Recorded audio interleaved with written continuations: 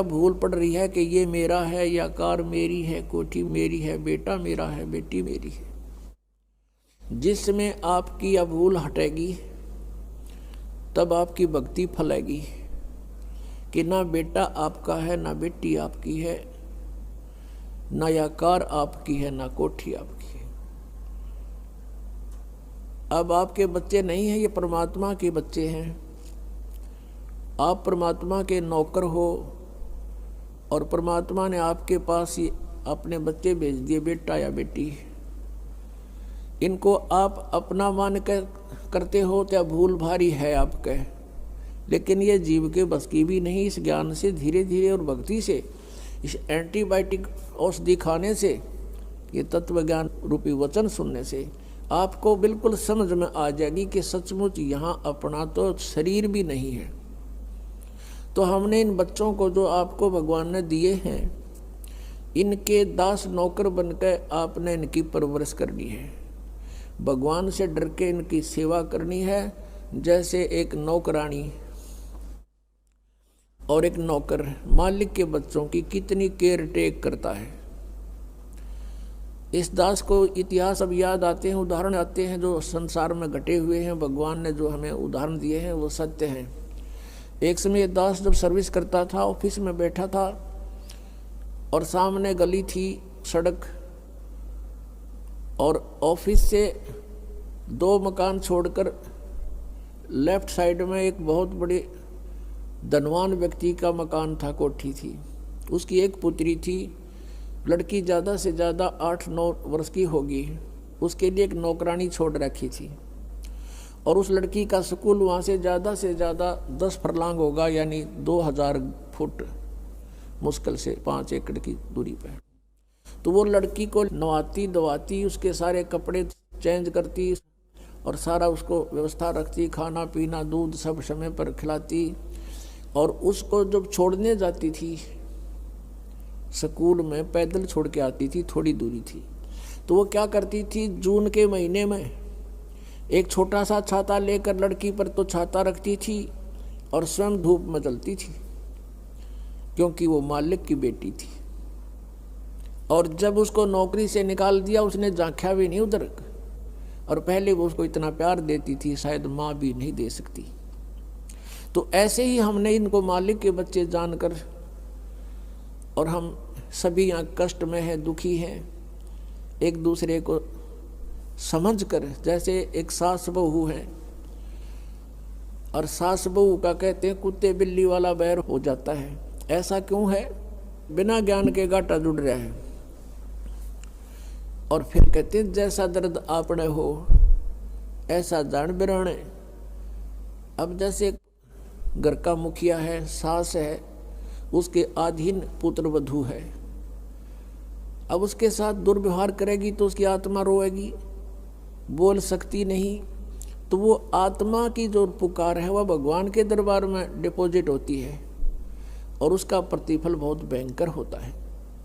फिर क्या होता है कि कई जगह ऐसा है कि पुत्र वधू इतनी हैवी है सास पर, उसको तंग करती है, तो उस समय युज्ञान याद रखना चाहिए कि हम इस काल ने ऐसी व्यवस्था में जोड़ रखे हैं, क्योंकि यहाँ व्यवस्था ऐसी है।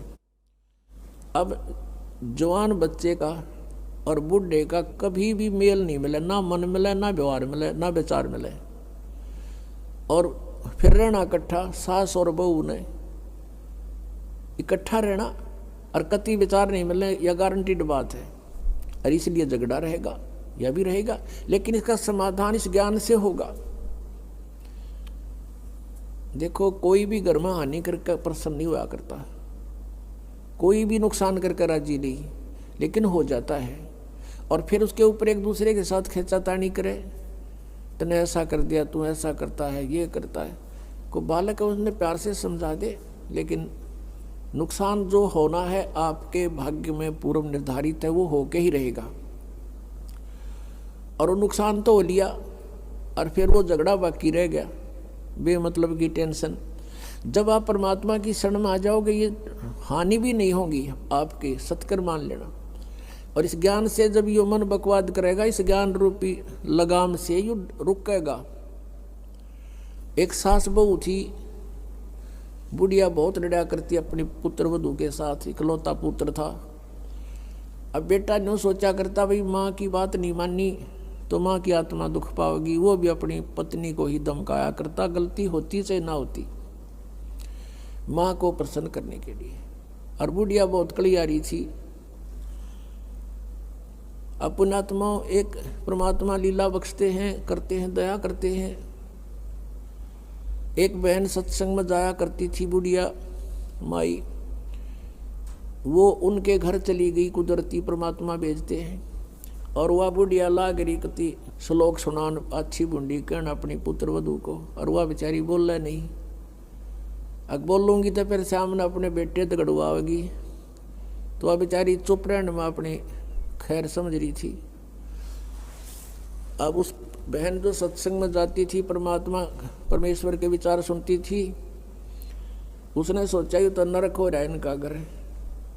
उसने उस बुढ़िया को सहज सहज प्यार से कहा, बहन सत्संग में चलेगी? ना हम नहीं जाया कर सत्संग में, ये तो उलगी जाया कर ठाली, जिन्हें कोई काम कोई ना। हर बुढ़िया ने काम बहुत लड़ने का, और काम नहीं उसने, वो छूटे ना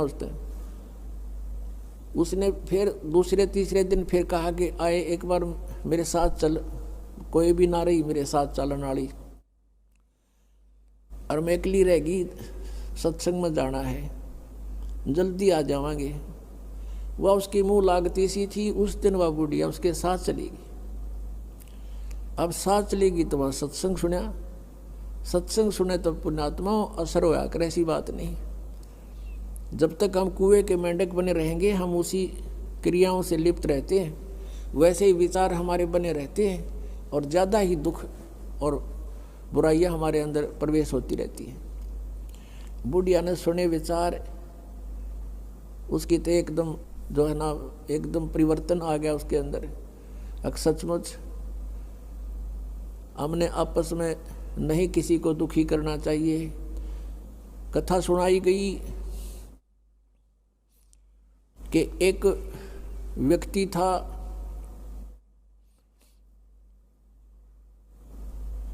वो कहीं पर साधना कर रहा था, बैठा था, साधना कर रहा था, और एक गाय भागी जा रही थी, और वो गर्भवती थी, और उसको ये आभास हो गया था कि कोई कसाई उसके पीछे पड़ा हुआ है। वो आगे वन में ओझल होगी। शिकारी वहाँ आया, उस साधक से उसने पूछा, गाय देखी आपने? कहते मुंह से नहीं बोला, उसने हाथ कर दिया ऐसे, किधर गई? वो कसाई ने वह गाय ढूंढ ली, वो मार दी। उसका भी प्रतिफल उसको भोगना पड़ा। कहते हैं फिर उसकी बाजू कट गई। इतना भी हम सहयोग देते हैं किसी अन्य दुष्कर्म के अंदर, इतना भी हमें हानि होती है। जैसे हमने मना किया है बीड़ी शराब मांस तम्बाकू पीना नहीं है, और किसी को पीने में सहयोग भी नहीं देना, उठा के भी नहीं देना, उसमें भी हानि होगी। आपको मर्यादा सारी पालन करनी होगी। कहने का भाव ये है कि एक व्यक्ति था और उसकी पत्नी बहुत लड़ा करती, बहुत झगड़ा करती थी, बहुत बुरा बोलती थी। तो किसी ने, वो जो व्यक्ति था अगले जन्म में जिसकी बाजू कटी थी, वो साधना कर रहा था, साधना कर रहा था, कहीं पर अगले जन्म में भक्त बन गया। तो उसकी किसी ने आकर के अचानक पहले तो उससे पैसे पूछे, बाबा जी पैसे निकाल सारे, पैसे नहीं है भाई मेरे दो, उसकी बाजू काट दी। अब उसने सोचा भाई मैं भक्ति भी कर रहा हूँ और यह आपत्ति मेरे पर कैसे आ गई। उसने सोचा भाई मैं इसका किसी से कारण पूछूं, मेरा कौन से जन्म का पाप था। किसी ने बता दिया भाई इस गाँव के अंदर एक भक्त है और वो पीछे बीती हुई बता देता है, पिछली बता देता है, भविष्य की नहीं जानता। वो उसके घर पर गया तो उसने पता लगा कि वो घर से बाहर गया हुआ है। फिर भी उसने सोचा घर पे पता करता हूँ। जब वो घर पे गया तो उसकी पत्नी से पूछा कि ऐसे ऐसे वो कहाँ है भक्त। हुआ उसकी पत्नी लगी गाली देने कि तेरे जैसा ढेढ़ वो है, अंडा धक्के खांदा जिस तरह तू खावे है, पता नहीं के सुना दी। अब जिसका हाथ कटा हुआ था उसने सोची भाई मैं तो गलत आ गया, मेरे साथ मजाक कर दिया दिखे ना, भगता के घर में कैसी बात होया करे, इसी ने कमी होया करे। वो वापस चल पड़ा। रास्ते में किसी ने बता दिया कि तू जिसका घर पूछे था ये आ रहा वो व्यक्ति। उसने उसको सोचा ले चल आया है बाहर, बात कर लेता हूँ। राम रमी हुई, नमस्कार हुआ, कुशल मंगल पूछा। उस जिसका हाथ कटा हुआ था उसने पूछा कि भाई एक बात बता, क्या तू पीछे की जानता सारी? कहाँ जी, दया है भगवान की। भाई पहला मेरी तो पाछा बताइए, पहला तू अपनी बताया, तेरे घर में इसी बूंदी कड़ी आ रही क्यों करा रही है?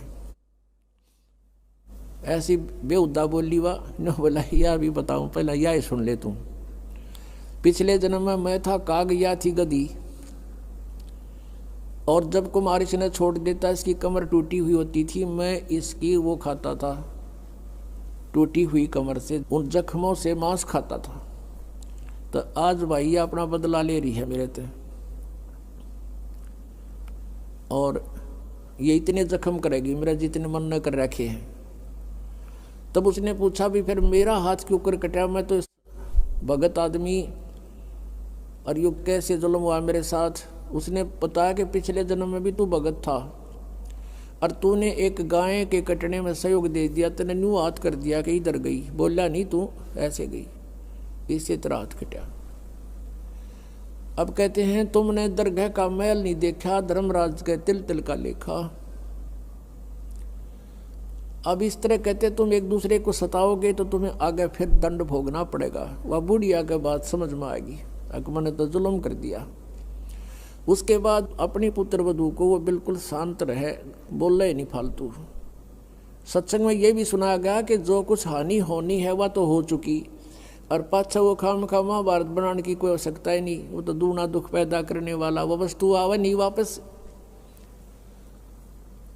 एक दिन क्या हुआ, वह पुत्र वधू गाय भैंस का दूध निकाल के और ऊपर कड़ियों में कड़ा डाला कर दे, हुक लंबा सरिये का हुक ला देते, और उसमें बाल्टी टांग देते थे कड़े में, हुक में, कुत्ते बिल्ली से बचाने के लिए। अब उस पुत्रवधू ने वो ऊपर, क्योंकि ऊंचा होता था, गर्दन नीचे रखनी पड़ती थी, न्यू कर टांगन लगी, वो कि तो उल्टी साइड में लग गया। उसने सोचा टंगया, हाथ छोड़ दिए, वो बाल्टी नीचे गिर गई, सारा दूध फर्श पे फैल गया। अब पुत्रवधू ने देखा बुढ़िया की तरफ, अगी वो होगी ओन अनो बिरना कई दिन का सांग हो गया यो। अब उसकी तरफ देख रही है बेचारी भयभीत दृष्टि से। बुढ़िया कहती बेटी कोई बात नहीं, हमारे भाग में नहीं था यो, और इसको उठा ले ऊपर ऊपर से और भैंस को ही डाल दे बेटा उसके चारे में, यह अपने भाग में नहीं था इसलिए गिर गया, कोई बात नहीं। अब उस पुत्र वधू ने सोचा आज बुढ़िया कौन सा स्टेशन पकड़ेगी, या तो कदे 16 बात बोलिया नहीं करती। काफी देर उसका जची नहीं, बुढ़िया फिर शुरू हो गया, ऊपर ले मन तक कहती हो कदे। वह बुढ़िया खड़ी हुई, साथ ला के बेटा ठा इसने और भैंस के चारे में डाल दे, कोई दिक्कत को नहीं। अब उसने सोची अपने बेटे ने बतावेगी, मेरे तो ना कहती होगी, तो वो भी आ लिया, पुत्र भी उसका, कोई जिक्र नहीं करा बुढ़िया ने। तब उस माई ने, उस बहन ने सोचा भाई इतना परिवर्तन आया क्यों कर इसमें, उसके चरण दबावे, सेवा करे। फिर पता चला कि बेटी मैं सत्संग सुन के आई हूँ, और बेटा मैंने आज तक जो गलतियाँ की तेरी आत्मा दुखाई, बेटा मैं माफ़ी मांगू तेरे थे। अब पुत्र वधू रोन लाग गई, न बोली माँ कोई बात नहीं, अब तो माँ तुल्य हो और मेरे हित में ही कुछ कहती थी। उस दिन से पुत्र वधू ने भी नाम ले लिया, फिर धीरे धीरे उसके बच्चे ने भी नाम ले लिया, और घर में नरक के स्थान पर स्वर्ग हो गया। अब इस परमात्मा की वाणी से, ज्ञान से स्वर्ग तो यही हो जाएगा, और सतलोक हमने जाना है, फिर भक्ति करके वहाँ सतलोक चले जाएंगे, महासुख वहाँ हो जाएगा। तो इस प्रकार वो परमात्मा आकर हमें ज्ञान देता है, उसके ज्ञान से हमें पता चलता है। इसलिए कहा कि सत्संग की आधी घड़ी और तप के वर्ष 1000, तो भी बराबर है नहीं, कहे कबीर विचार। अब यहाँ बताते हैं परमात्मा कि ये स्थान तुम्हारा नहीं है और तुम यहाँ ठेकेदार बन गए, मालिक बन गए। मालिक तो एक ही है, हम सब उसके बच्चे हैं और उसने आपको जो संतान दी है वो उसके बच्चे हैं, आप मानो चाहे ना मानो। और आपने ये नहीं कि अपना कर्तव्य से दूर होना है, परमात्मा के बच्चे जान के उसके डर से उनकी सेवा करनी है। जिसका जितना भी जो आपका कर्तव्य कर्म है वो करना है, उनको पढ़ाना है तो पढ़ाना है, कपड़े वस्त्र की आवश्यकता वो भी व्यवस्था करनी है, विवाह शादी भी करनी है, तो परमात्मा के बच्चे जान के करनी है। और जब यहाँ से चलोगे, जैसे वो नौकरानी निकाल दी गई थी, उसके सपने में भी ना आया, वह मेरी बेटी थी। तो पुण्यात्माओं, ये स्थिति आपकी जब आवेगी ऐसी बात नहीं, क्योंकि ज्ञान से ही अज्ञान हटता है। हम अज्ञानवश आप एक कुर्ता पर आकर मन अपना मान लिया, किसी का बच्चा जा रहा हो है कहीं पर और उसको तुम अपनी तरफ से कुर्ता पजामा पर आकर अपने घर बैठा लो कि मेरा है ना दूँ, मेरा है, या कोई बात हुई? तो हमने इस जीव को एक कुर्ता परा दिया, बेटा और बेटी का, और अपना मान लिया अगना मेरे हैं, या कोई समझदारी की हमने। तो इस प्रकार हमारा इस ज्ञान से मन हटेगा, सच्चाई की तरफ पहुंचेगा। अभी तक तो हम देखा ज्ञानवश ही अपना मान लेते थे, शरीर अपनाए नहीं है तो हम दूसरे को अपना कैसे मान बैठे। तो क्या बताते हैं परमात्मा, आगे गए ना बावड़े ये रहते भी सब जान, बिन साहेब की बंदगी कहीं ठोड़े ठिकाना ना। जो यहाँ से मृत्यु को प्राप्त होकर चले गए उन्हें तो आके बताया नहीं हम कहाँ गए, के बनी हमारे साथ, और दो शेष बचे हैं वो भी जाएंगे। बिन साहेब की बंदगी की तरह ठोर ठिकाना ना। आज तुमने अपनी आकार कोठी मान रखी है, मेरी है, कल मृत्यु होगी। पुण्य कर रखे आप जाओगे स्वर्ग में, स्वर्ग का समय आपका निर्धारित होगा, वो पूरा होते ही वहाँ से कहेंगे चलो चलो नरक में। नरक का समय पूरा होता कहेंगे चलो चलो गधे की योनि में। गधे का समय पूरा होता मृत्यु होगी, मृत्यु होती चलो फिर कुत्ते की योनि में। कुत्ते की योनि भोगी फिर चलो मनुष्य की योनि में। मनुष्य की योनि में ये आप देख रहे हो क्या करते हो, ये करते खत्म होते फिर चलो नरक में। तो ये चलो चलो सतलोक में मिटेगी। और उसके मिटाने का प्रोसीजर अब हमें पता लग गया। अब इस चलो चलो के नाश करने का, समाप्त करने का हमें पता लग गया, वह विधि का पता लग गया। परमात्मा ने क्या बताया है, जग सारा रोगिया रे जिन सतगुरु वैद न जाण्या। जग सारा रोगिया रे, जग सारा रोगिया रे जिन सतगुरु वैद न